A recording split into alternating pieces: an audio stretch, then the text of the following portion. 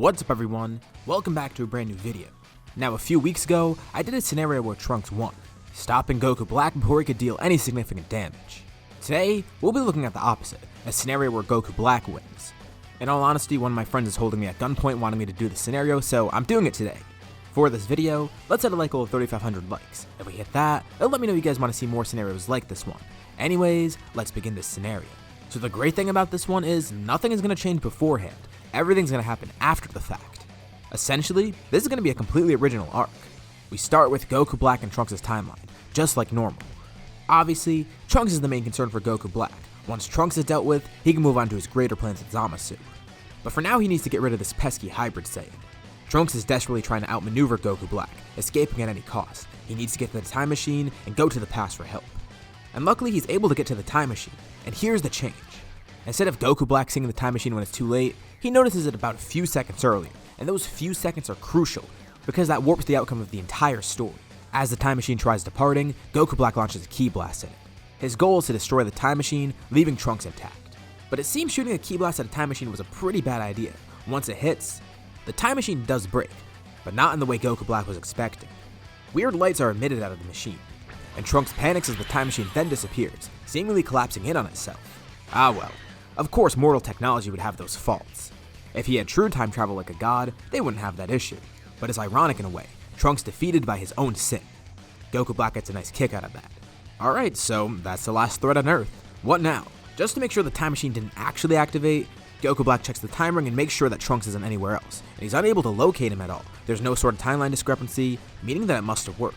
And it doesn't matter, he'll travel to the past timeline later on anyways. First they need to deal with this timeline, and then they can move on to the other ones, recruiting Zamasus from everywhere.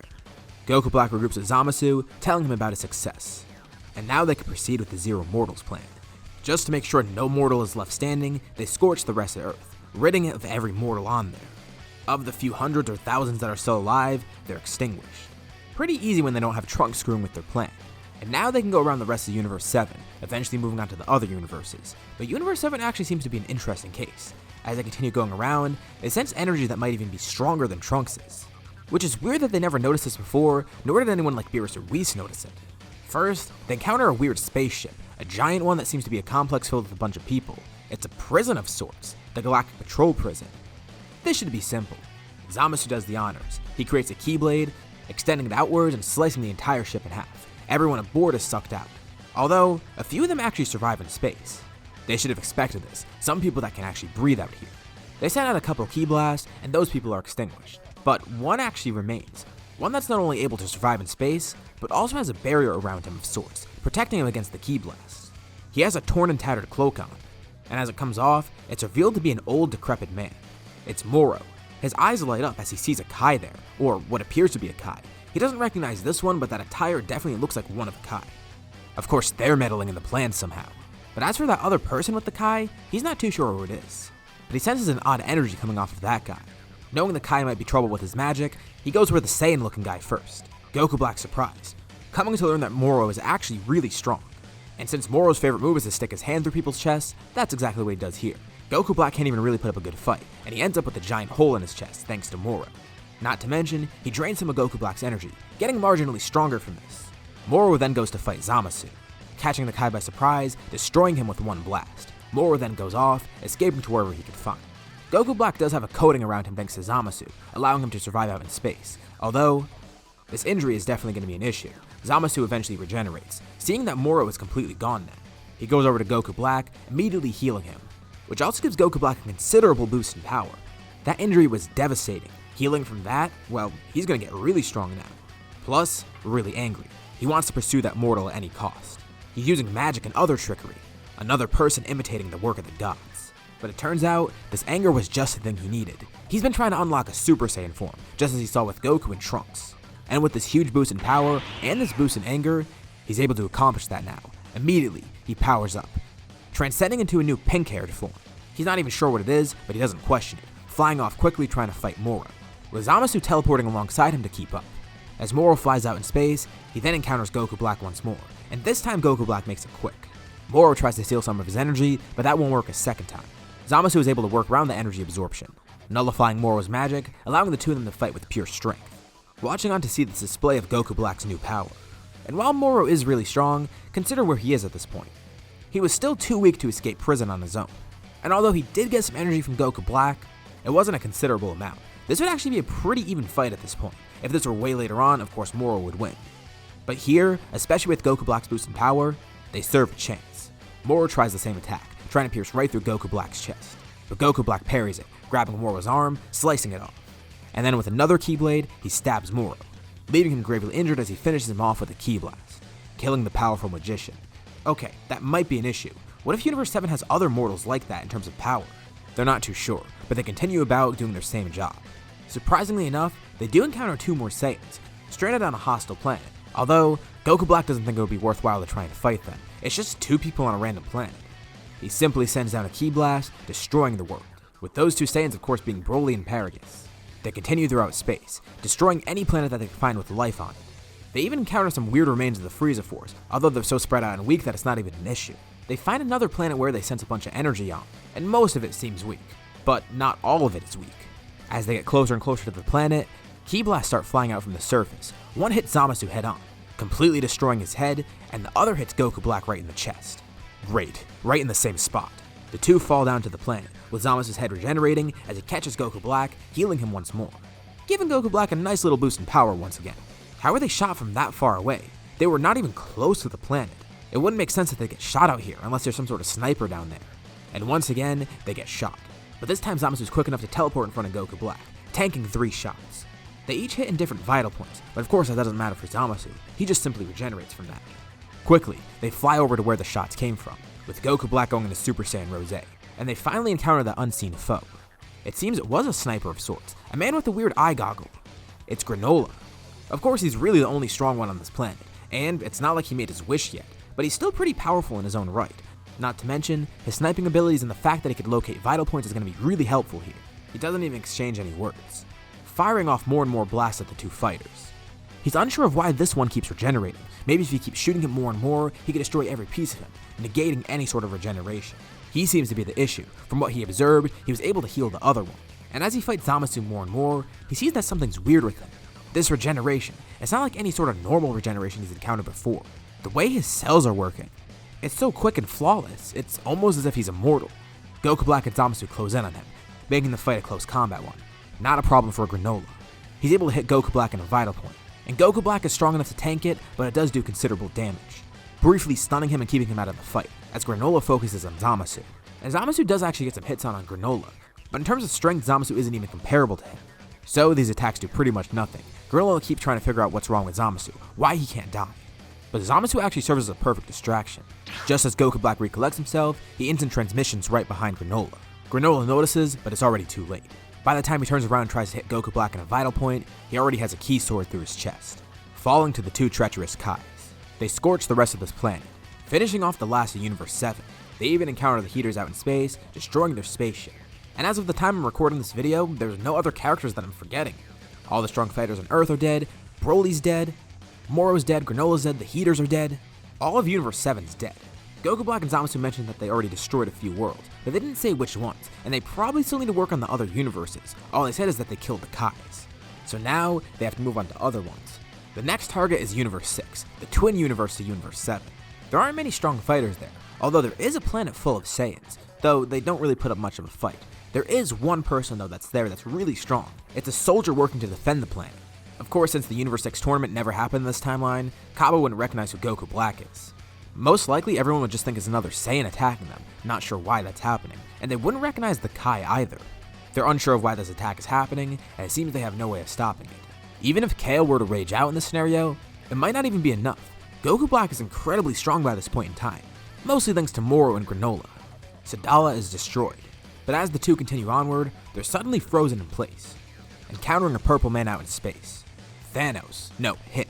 Briefly, the 2 are caught off guard by Hit's time techniques, but once more, Goku Black powers up into Super Saiyan Rose. And actually, since he's gotten so strong by this point, he has found a new evolution in power, the next stage beyond it. And Hit seems like a nice opponent. Physically, he may not match Goku Black, but with those time abilities, it might make for a fun battle. Goku Black powers up, showing off Super Saiyan Rose 2. Yup, we're taking stuff from the video games here, and this isn't the only thing. With this power-up, Goku Black far outclasses him in terms of power, Hit was already outclassed by Goku Black just before, but with this new boost from him, even his time abilities can't do anything. And just as quickly as the fight starts, it ends, with Goku Black defeating Hit, seemingly finishing off Universe 6. He goes on throughout the rest of the universes. First they work their way backwards, Universes 5 to 1, and then they wipe out 8 to 12. Although, they do save one for last. Universe 11 is skipped over until the end. They heard that there was a really strong mortal there, one that even rivaled the Gods of Destruction in terms of power, and they didn't want to encounter him right away. They wanted Goku Black to grow stronger and stronger first, and it seems by now, he's much more powerful. Although, most of its power-ups didn't come from the other universes, it was really mostly from Universe 7 and 6. The other universes didn't really have any strong warriors, at least in comparison to the other ones. But that's why they saved this one for last. Now he should be more than strong enough to handle it, even if there is a mortal that's that strong here. And of course they encountered the Pride Troopers. First facing two of the strongest ones, Dispo and Topo. And even this is an issue, mainly because of Topo. By now he would definitely know that the other Gods of Destruction are dead, which means he might be the only one left. Wait, they left one alive? Well, not really. But Topo reveals that he's a candidate for God of Destruction. Oh, this must be the rumored mortal that's so strong that he rivals the gods. And they watch on as he transforms into his God of Destruction mode. Even if the gods are dead, and even if the other universes are destroyed, he'll make sure that they stop at Universe 11. The best part is here, Topo is completely unrestrained. Unlike in the tournament where he couldn't actually kill someone with a Kai, he can do whatever he wants now. Everything is on the line. He's going for the kill. And that's what's going to make him so incredibly hard to maneuver around. All of his attacks are infused with the energy of destruction. If Goku Black touches any one of them, that finishes the fight. Although, since he is physically stronger, he might be able to counter these somehow. But Topo is definitely still pretty strong in his own right, and with this energy, it's going to be tough for Goku Black. Dispo takes care of Zamasu, making sure he doesn't meddle in the fight, and even though he is immortal, Dispo isn't aiming to kill him. He's just aiming to keep Zamasu away from Goku Black. They saw that he was healed before during the battle with Topo, and if they keep Zamasu away, they can make sure they can weaken Goku Black first. But as Goku Black is fighting Topo, he then senses a massive ki attack from behind him, quickly teleporting out of the way. But just as he teleports away, someone else appears in front of him. Another Pride Trooper, and he seems pretty intimidating. Topo and Dispo breathe a sigh of relief. Jiren's here. They tell Jiren not to mess around. They're not trying to underestimate Jiren's strength or anything, they just want him to not hold back. These guys really are trouble, and Jiren can tell. Just from the fact that Topo's in his God of Destruction mode and still struggling, that's going to be an issue. And since Jiren knows how big of a threat these guys are, he's going to go full power right away, not holding anything back. He completely disregards Zamasu, with Topo and Dispo trying to keep him away, with Jiren only focusing on Goku Black now.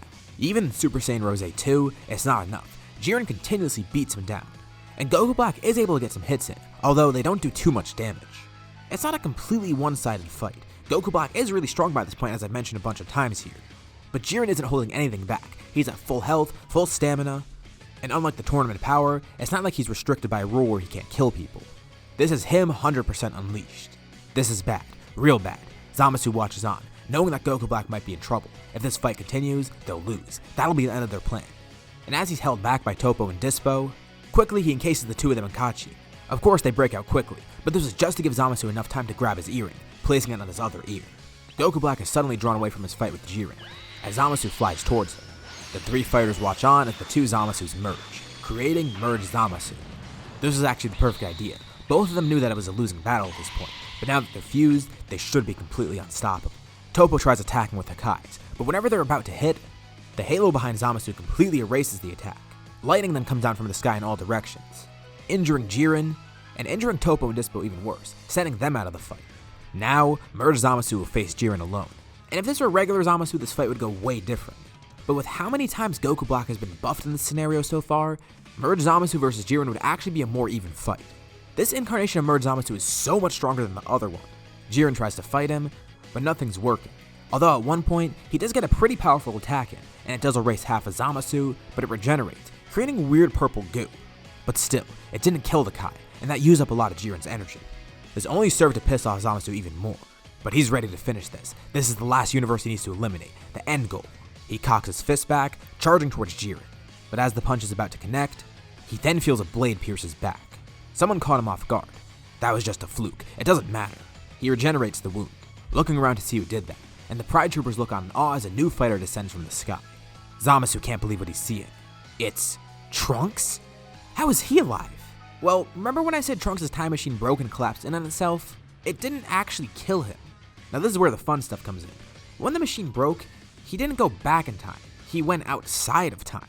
And of course, there would definitely be someone to take note of that, the Supreme Kai of Time. She was able to find Trunks, figuring out what happened in his timeline, and decided that she would train Trunks to stop Zamasu. And inadvertently, Goku Black started the creation of the Time Patrol. At least, this what-if's version of the Time Patrol. And Trunks has been getting stronger and stronger, although it seemed that Goku Black was growing at a quicker rate. And now that he's merged with Zamasu, they decided they need to intervene. Even if Trunks isn't strong enough to take him on, it's good to at least help. The main goal is to stall him right now. The Supreme Kai of Time is doing her thing. She's going around different universes to find survivors, if there are any, while Trunks was sent to Universe 11 to help Jiren and Co. They're not sure who this fighter is, but he seems to be working on their side, and Trunks says he'll explain later. They just need to hold him off for now, until the Supreme Kai of Time gets here. Trunks fights alongside the Pride Troopers, and for a brief while they are able to hold Zamasu off. Constant Hakkais from Toppo keep weakening his body, and even though he can't destroy Zamasu, Merged Zamasu isn't fully immortal, and he's hoping that these attacks will do the job, at least eliminating that side of him. And eventually the Supreme Kai of Time does arrive.